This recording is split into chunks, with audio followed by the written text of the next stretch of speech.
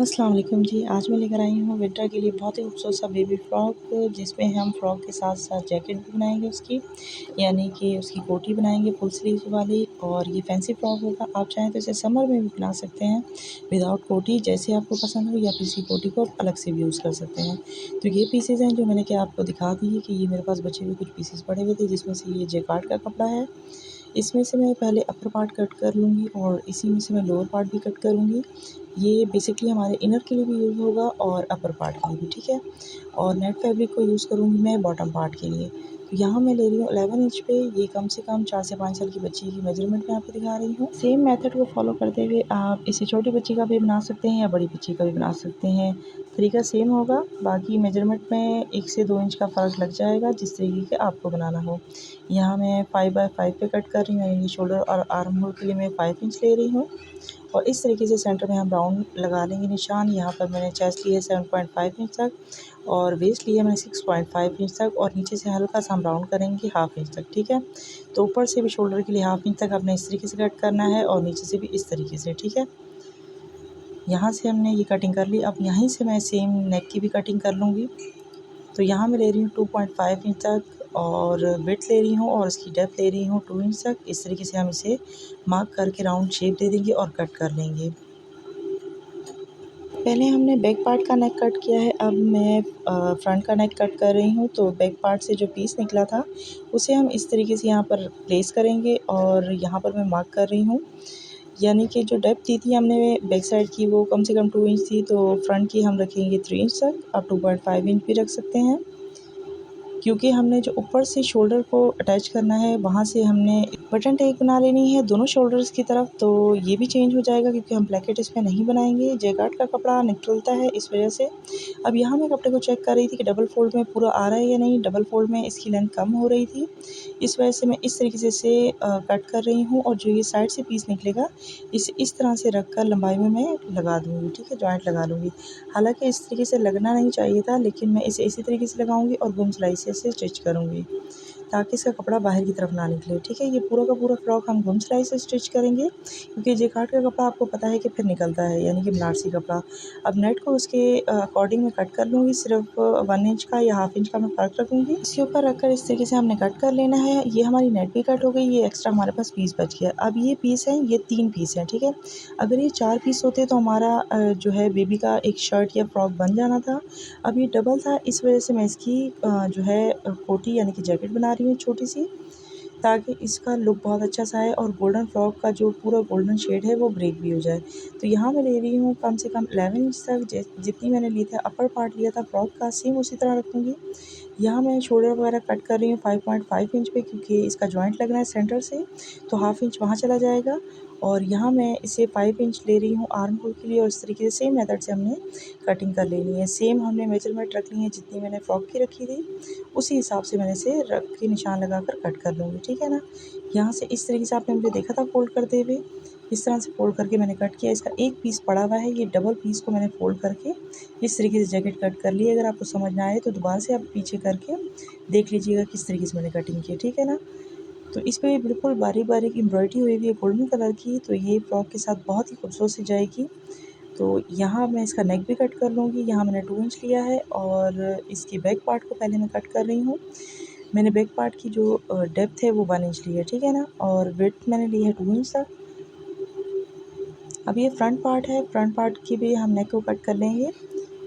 यहाँ मैं इसकी विड्थ लूँगी सेम 2 इंच पे, और विड्थ ले रही हूँ मैं इसकी 3 इंच तक, इस तरह से। या फिर यहाँ पर आप 2.5 इंच भी ले सकते हैं। ये देखिए मैंने 3 इंच पे निशान लगा के हाफ इंच का मार्जिन रखते हुए कट किया, और इस तरीके से राउंड सी शेप दे देंगे। ये देख रहे हैं मैंने कर्व कर लिया है इसे, और यहाँ से मैं इसे कट कर लूँगी। आप चाहें तो इसे इस तरीके से जो है रख सकते हैं जैसे इसका लुक आ रहा था, या फिर जिस तरह से मैंने कट किया है इस तरह भी शेप दे सकते हैं, ठीक है। मैंने डिज़ाइनिंग के हिसाब से शेप दी है जिस तरह की मुझे डिज़ाइनिंग चाहिए थी। अब ये देखें ये एक पीस बच गया है, 3 पीस थे ना, तो ये एक पीस बच गया है। वैसे तो इस तरह स्लीव होने चाहिए थे, लेकिन इस तरह बन नहीं रहे, तो मैं इसे इस तरफ से फ़ोल्ड करके स्लीव्स को कट कर लूँगी, ठीक है ना। तो यहाँ पर 7.5 इंच यानी कि 8 इंच तक बन रहे हैं टोटल स्लीव्स। विड्थ भी इसकी काफ़ी है, तो यहाँ से मैं इसे कट कर लूँगी स्लीव्स को। स्लीव्स थोड़े से शॉर्ट हो रहे हैं, मैं इसमें कपड़े को ऐड करूँगी मज़ीद, देखती हूँ अगर इसमें से पीसेस निकलते हैं तो, ठीक है। तो यहाँ पर हमारे पास कुछ बनारसी पीस भी पड़ा हुआ है, इसे भी अटैच कर सकते हैं, लेकिन इसका कपड़ा निकलता है तो इसे मैं यहाँ अटैच नहीं करूँगी। इसके अलावा हमारे पास नेट का फैब्रिक भी पड़ा हुआ है, इसे भी लगा सकते हैं, लेकिन नेट का फैब्रिक लगाने से प्रॉब्लम ये होगी कि फिर ये स्पेसिफ़िक इसी फ्रॉक का रह जाएगा। मैं ये कोटी को चाहती हूँ कि मैं किसी और भी ड्रेस पे यूज़ कर सकूँ, तो इसके लिए मैं इसे इसी के शेड पे यूज़ करूँगी। अदरवाइज़ हम इस तरह भी लगा सकते हैं, ठीक है? अगर आपको इस तरीके से डिज़ाइनिंग करनी हो तो आप इस तरह स्लीव लगा सकते हैं कि नीचे से आप फिर पाइपिंग कर लें इसी कपड़े की। अब ये कुछ पीसेस बच गए हैं, ये देख रहे हैं आप, इनसे हम बो के लिए कपड़ा निकाल लेंगे। फ्रॉक के लिए जो हमने बो रेडी करनी है, ये यहाँ से मैं कपड़े को कट कर लूँगी। अच्छा, ये जो मैंने बो के लिए कपड़ा कट किया है, बाद में इसी कपड़े को मैं स्लीव्स के लिए यूज़ करूँगी, क्योंकि स्लीव्स के लिए कपड़ा बिल्कुल भी नहीं बचेगा जो नीचे से मुझे एक्स्ट्रा कपड़ा चाहिए। तो ये जो बो के लिए मैं कट कर रही थी कपड़ा, पहले मैंने बो के लिए कट किया था, लेकिन बाद में इसी को स्लीव्स के लिए मैंने यूज़ कर लिया था। और बाकी इसके अलावा ये छोटे-छोटे पीस हैं, ये एक लंबा सा पीस है जिसे मैं बो में यूज़ करूँगी, बाकी ये छोटे-छोटे से पीस हैं, ठीक है? और ये जो छोटे पीस हैं इनसे मैं बो रेडी कर लूँगी और बो वाले पीस को मैं स्लीव पे रेडी करूँगी। इसके अलावा मैंने इनर कट कर लिया था, वो मैं दिखाना भूल गई। शायद इसमें क्लिप मिस हो गया है और बस आपने कटिंग वाले पीस को रखना है दूसरे कपड़े के ऊपर इनर वाले पे और रख कर कट कर लेना है। सेम बिल्कुल कोई अप डाउन नहीं होगा, ये देख रहे हैं आप, बिल्कुल बराबर है। मैंने ये जेकार्ड वाले कपड़े को बैक साइड से रख कर स्टिच कर लेना है और फ्रंट की साइड पे इस कपड़े को मोड़ लेना है। स्टिच मैंने लगा लिया, अब बारीक-बारीक मैं कट लगा लूँगी। ये मैंने इसे चारों तरफ से स्टिच कर लिया है, एक साइड मैंने छोड़ दी है, यानी कि सॉरी 3 साइड से मैंने स्टिच किया है और एक साइड छोड़ दी है इसकी नीचे से, उसे भी मैं अंदर की तरफ घुमा कर स्टिच कर लूँगी ताकि ये कपड़ा अंदर से निकले भी नहीं। दूसरा, ये फ्रॉक सॉफ्ट भी बने। अब ये क्या होगा कि बिल्कुल मज़बूत रहेगा। अब यहाँ से मैंने इस तरीके से रख कर इसे स्टिच कर लेना है, ठीक है? दोनों साइडों को सेम तरीके से स्टिच करना है, फ्रंट और बैक को। ये दोनों साइड मैंने स्टिच कर लिए हैं। यहाँ से ये ओपन है, मैंने ले लिया इलास्टिक। इलास्टिक को मैं 2 इंच पे इस तरीके से 4 पीसेस में कट कर लूँगी, ठीक है? क्योंकि इसके मैंने लूप्स बनाने हैं। यहाँ आप चाहें तो कोई और लूप्स भी यूज़ कर सकते हैं या ख़ुद से बनाकर भी लूप्स को यूज़ किया जा सकता है। मैं यहाँ पे इलास्टिक यूज़ कर रही हूँ।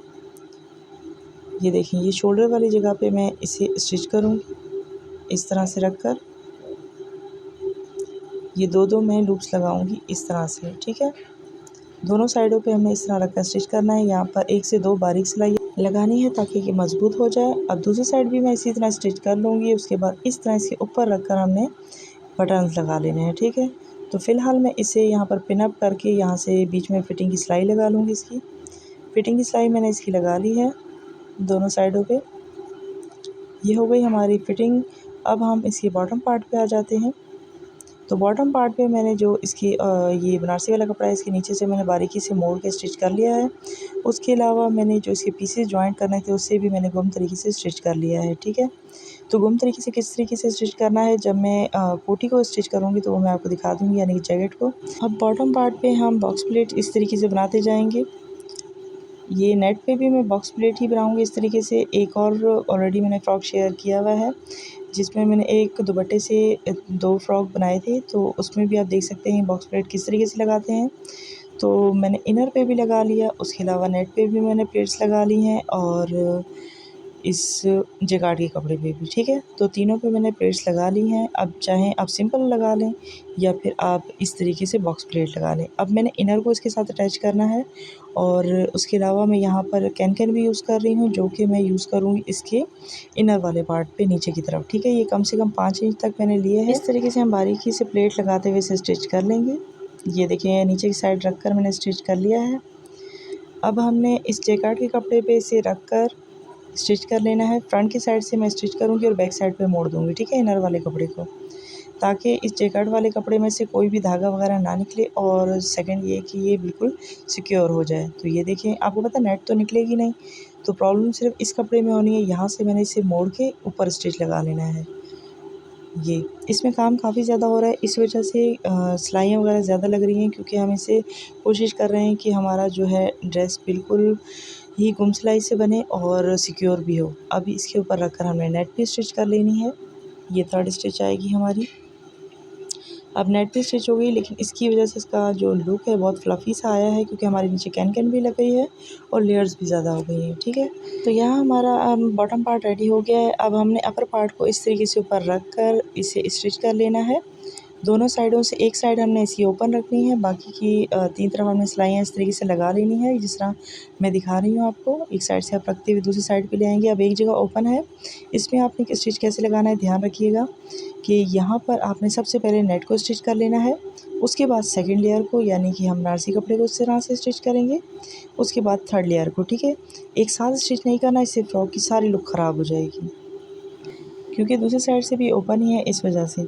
अब ये देखिए हमारा फ्रॉक रेडी हो गया। अब हम इसकी कोटी पे आ जाते हैं यानी कि जैकेट पे, ये छोटू सी। अब हमने इसे फ्रंट की तरफ कपड़े को रखना है और बैक साइड की तरफ लेके जाना है, यानी कि फ्रंट की साइड से हमें स्टिच लगाना है। ये कपड़े का मैंने फ्रंट रखा, इस पर इस तरीके से हमने स्टिच लगा लेना है पहले,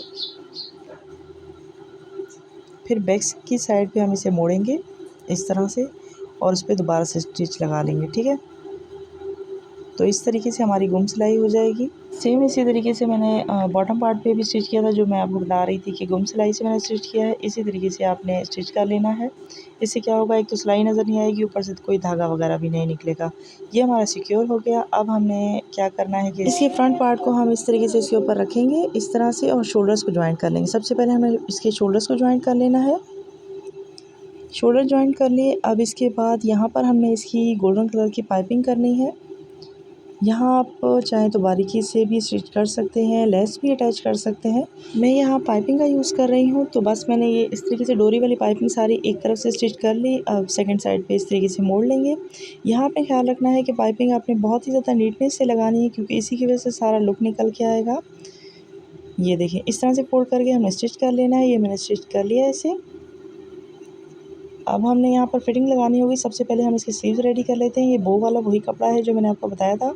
अब इसमें देख रहे हैं कि जॉइंट भी आया हुआ है, तो यहाँ हमने इसे दोनों तरफ से पाइपिंग लगा के फिर स्टिच करना है। ठीक है, तो ये मैंने दोनों कपड़ों पे लगा लिए, दोनों स्लीव्स के लिए। अब ये जो इसका एक पीस है इस तरीके से स्टिच करना है कि ये इस तरह से नज़र आए। ठीक है, चौड़ा करके एक तरफ से हमने इसे सिंपल पाइपिंग की तरह मोड़ लेना है, दूसरी साइड से मैं थोड़ा सा चौड़ा करके इसे स्टिच करूँगी। यहाँ पर रखकर इसे हम स्टिच कर लेंगे। ठीक है, क्योंकि बीच में से थोड़ा सा गैप आ रहा है एम्ब्रॉयडरी वाली जगह से, इस वजह से मैंने इस तरीके से इसे अटैच किया। अब हमारे स्लीव भी कंप्लीट हो गए पूरे। ठीक है, तो स्लीव्स यहाँ मैंने लगा लिए दोनों साइडों पे। अब अंदर से हम फिटिंग की सिलाई लगा लेंगे दोनों साइडों से। सिंपल इस तरीके से हमने दोनों तरफ से स्लीव्स की जो है सिलाई लगा लेनी है, यानी कि फ़िटिंग की। अब मैं इसे सीधा कर रही हूँ। देखना आप ये कितना ज़्यादा नीटनेस से ये बनी है, और जो हमने चौड़ी पाइपिंग लगाई है उसकी वजह से भी उसका लुक कितना अच्छा निकल कर आ रहा है। अब जो ये इसका बिल्कुल नोक सा बना हुआ है, यहाँ पर हमें बटन अटैच करना होगा, और मैं यहाँ पर डोरी लगाकर बटन अटैच कर दूँगी, और डोरी बनाऊँगी मैं उसी सुई धागे से, जैसे आपको पता है। उसके अलावा ये छोटे से पीस बचे थे, इन्हें मैंने पीसीस को आपस में जॉइंट करके इस तरीके से बना लिया है। इनकी हमने बो रेडी कर लेनी है। ये मैं आपको दिखा रही थी, इसमें पीसेस मैंने ऐड किए हैं। प्रेस की मदद से इसे मैंने बिठा लिया। उसके बाद मैं इसकी बो रेडी करके, ये नीचे से मैंने एक पट्टी भी रेडी कर ली है पाइपिंग के साथ। बो बनाकर मैं इसे लगाकर आपको इसकी फाइनल लुक दिखाती हूँ फ्रॉक की। इस तरीके से बस हमने इन डबल दोनों बोस को इस तरह स्टिच करना है। ठीक है, तो ये है फ्रॉक की फाइनल लुक कुछ इस तरीके से। ये देखें कितना ज़्यादा फ्लफ़ी सा लग रहा है इसका।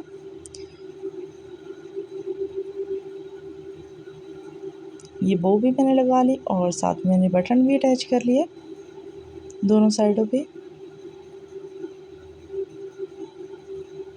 फ्लेयर भी बहुत ज़्यादा आ रहा है, और ये इसका ऊपर का पार्ट। ठीक है, पहले मैं अलग करके दिखा रही हूँ, उसके बाद मैं इसके ऊपर लगा के भी आपको दिखाऊंगी। और मैंने साथ में डोरी और बटन भी अटैच कर लिए। करीब करके मैं दिखा रही हूँ कि किस सफाई से स्टिच हुआ है। ये देखें। अच्छा, इसमें किसी भी किस्म की लेस वगैरह का यूज़ नहीं किया, बस जो नेट के ऊपर ऑलरेडी लगी हुई थी तो वही बस लेस लगी हुई है। अगर ना लगी हुई होती तो मैं वहाँ पर भी पाइपिंग यूज़ करती। तो लगाने के बाद कुछ इस तरीके से लग रहा है। ये देखिए लेस ऑलरेडी लगी हुई थी इसके ऊपर, और पूरा का पूरा फ्रॉक क्योंकि गोल्डन है इस वजह से मैंने गोल्डन पाइपिंग यूज़ की। ये जो जैकेट सी बनी हुई है ये हम किसी और ड्रेस पर भी यूज़ कर सकते हैं, जैसे कि वाइट ड्रेस हो या कोई भी, या किसी और मल्टीपल ड्रेस पे मैं यूज़ करूँगी तो मैं वो भी आपको दिखाऊँगी, इंशाल्लाह आपके साथ शेयर करूँगी। किसी भी सिंपल ड्रेस के साथ ये बहुत अच्छा लगेगा। पीछे से बैक साइड से भी देखें कितना क्लीन और खूबसूरत लग रही है इसकी लुक।